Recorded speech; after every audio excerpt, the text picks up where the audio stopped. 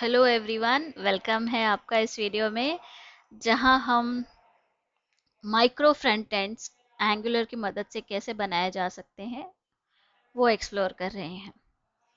इस प्लेलिस्ट को देखने से पहले मैंने डिस्क्रिप्शन में जो प्लेलिस्ट देखी दी है वो ज़रूर देख लीजिए, क्योंकि उसमें मैंने एक्सप्लेन किया है how to create projects using basic Angular. अगर आपको बेसिक एंगुलर नहीं समझता तो ये फ्रंट एंड समझना, माइक्रो फ्रंट एंड समझना थोड़ा मुश्किल हो जाएगा। तो पहले वो प्लेलिस्ट देख लीजिए एंड फिर please continue on these videos.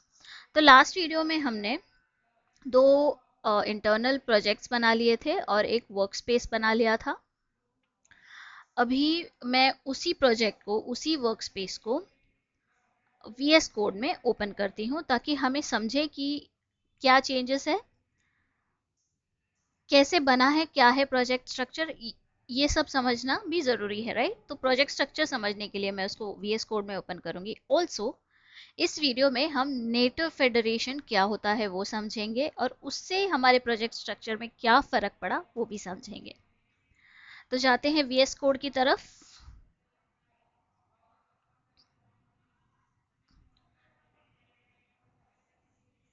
Just एक मिनट दीजिए मुझे। मैंने VS कोड ओपन ही नहीं किया है, so let me open VS code, visual studio code. Okay, और इसमें मैं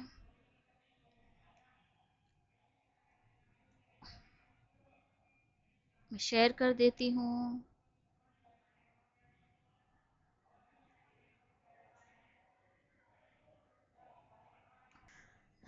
मैंने ये जो प्रोजेक्ट हमने कमांड प्रॉम्प्ट में, ये कमांड प्रॉम्प्ट में MFE एग्जाम्पल नाम का प्रोजेक्ट C ड्राइव में क्रिएट किया था, राइट? यही मैंने VS कोड में ओपन कर लिया है।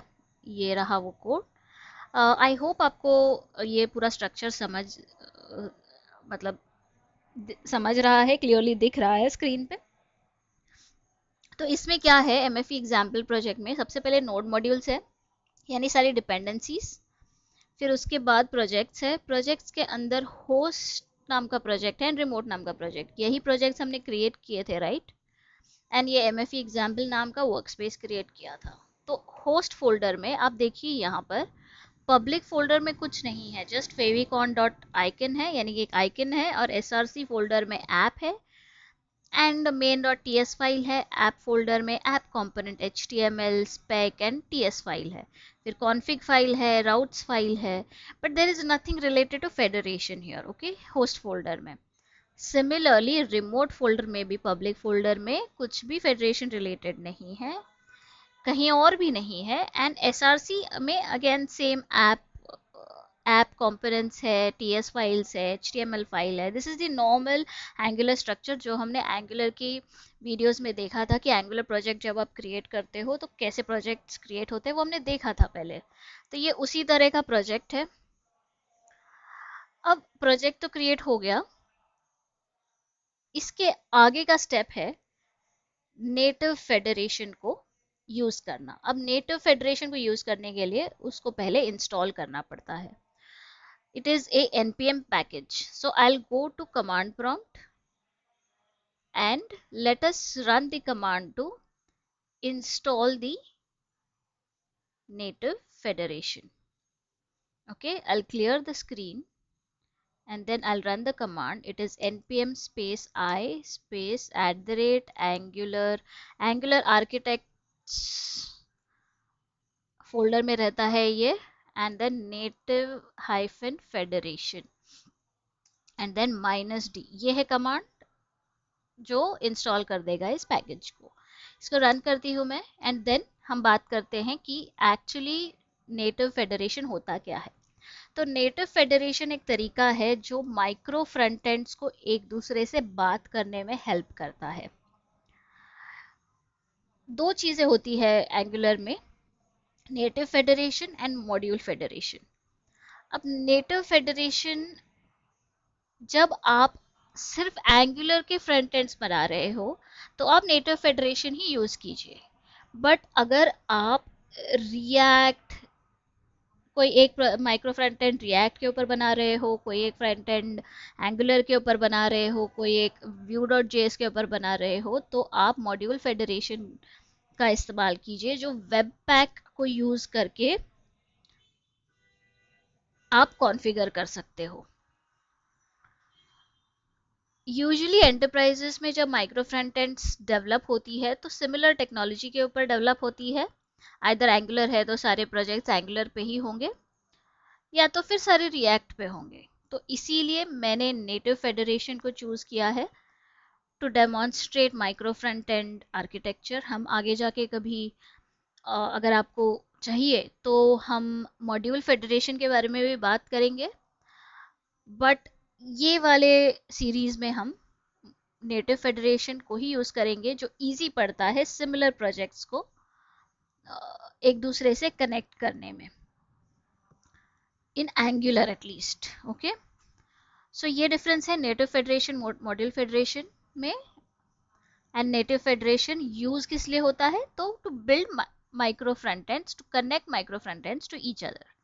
अब मैंने npm इंस्टॉल नेटिव फेडरेशन तो कर दिया, मुझे इसके बाद ये जो नेटिव फेडरेशन इंस्टॉल किया है उसको मेरे प्रोजेक्ट्स को अप्लाई करना है।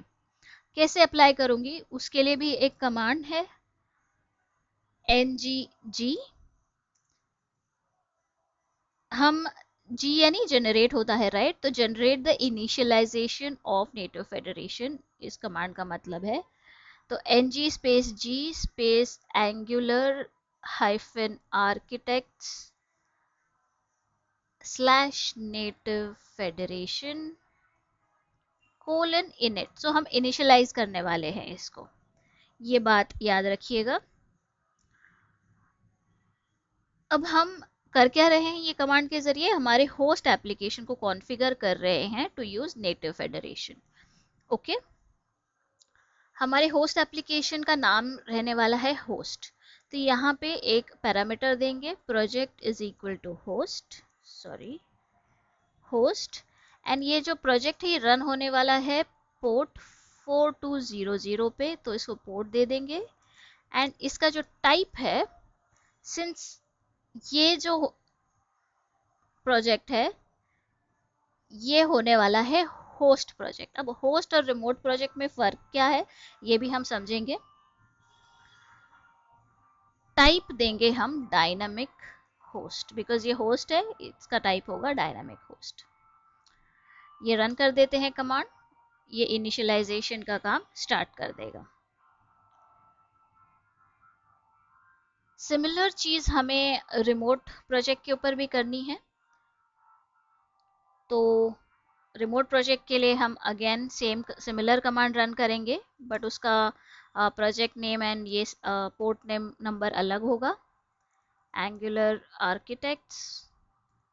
It's okay to write the commands, because फिर आपको याद रह जाती हैं वो commands when you type them manually. ठीक है, project is equal to remote, इस बार मेरा प्रोजेक्ट का नाम है रिमोट। आप ध्यान दीजिए कि ये मैं वर्कस्पेस में से ही कर रही हूँ, I am not getting inside the project. इसका पोर्ट होने वाला है 4201 एंड टाइप होने वाला है रिमोट। ओके, ये भी मैं रन कर देती हूँ ताकि नेटिव फेडरेशन इनिशियलाइज हो जाए।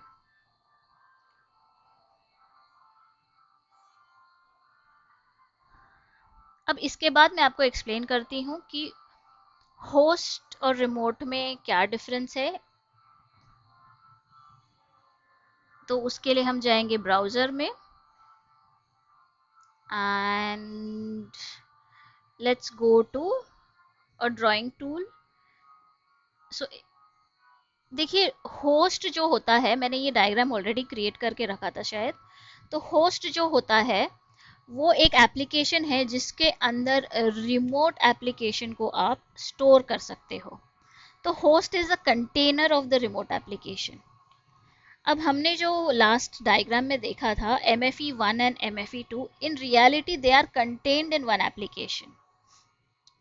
Host in itself is also a micro front end, but it has to be configured separately, मतलब अलग तरीके से कॉन्फ़िगर करना पड़ता है। अब यहाँ पे आप रिमोट रख सकते हो, रिमोट वन रख सकते हो, यानी मल्टीपल फ्रंट एंड्स यहाँ पे रख सकते हो। बट हमारे कॉन्फ़िगरेशन के लिए हम सिर्फ एक होस्ट और उसके अंदर रिमोट रखने वाले हैं। बट अगर आप मल्टीपल फ्रंट एंड्स रखने वाले हो तो आपको उसी होस्ट के अंदर वो सारे फ्रंट एंड्स ऐड करने पड़ेंगे, ये चीज़ याद रखिएगा। बट इस वीडियो के लिए एक होस्ट रहने वाला है जिसके अंदर रिमोट रहने वाला है, तो इसीलिए होस्ट की कॉन्फ़िगरेशंस अलग है फेडरेशन के कॉन्फ़िगरेशंस, बिकॉज वही कनेक्ट करते हैं दोनों एप्लीकेशंस को एक दूसरे के साथ, एंड रिमोट की कॉन्फ़िगरेशंस अलग है। तो let's move back to our command prompt. तो यहाँ पर ये नेटिव फेडरेशन रिमोट को भी अप्लाई हो गया है। अब जाते हैं VS कोड में एंड देखते हैं कि कुछ डिफरेंस हुआ है हमारे प्रोजेक्ट्स में। तो होस्ट में देखिए आप ऑलरेडी federation.config.js होस्ट में क्रिएट हो गई है, ये फाइल क्रिएट हो जाती है। अलॉन्ग विद दैट federation.manifest.json भी क्रिएट हो जाती है। अब मैं इसके कंटेंट्स नहीं दिखा रही बिकॉज वो हम अगले वीडियो में कवर करेंगे और क्या कॉन्फ़िगरेशंस करने हैं। मैं सिर्फ आपको बता रही हूँ कि यहाँ पर ये फाइल्स क्रिएट हो गई हैं होस्ट फोल्डर में। सिमिलरली अगर आप रिमोट फोल्डर में देखोगे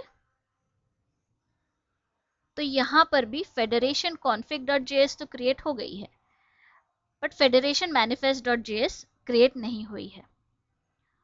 तो ये कुछ डिफरेंसेस होते हैं होस्ट एंड रिमोट में, बट इतना मेजर डिफरेंस नहीं होता है होस्ट एंड रिमोट में, because both are finally Angular applications. So ये था नेटिव फेडरेशंस के बारे में कुछ information. Please stay tuned in, अगले वीडियो में हम थोड़ा और आगे बढ़ेंगे हमारे इस गोल की तरफ जहां हम माइक्रो फ्रंट एंड्स डेवलप करने वाले हैं। Thank you so much for tuning in. Bye.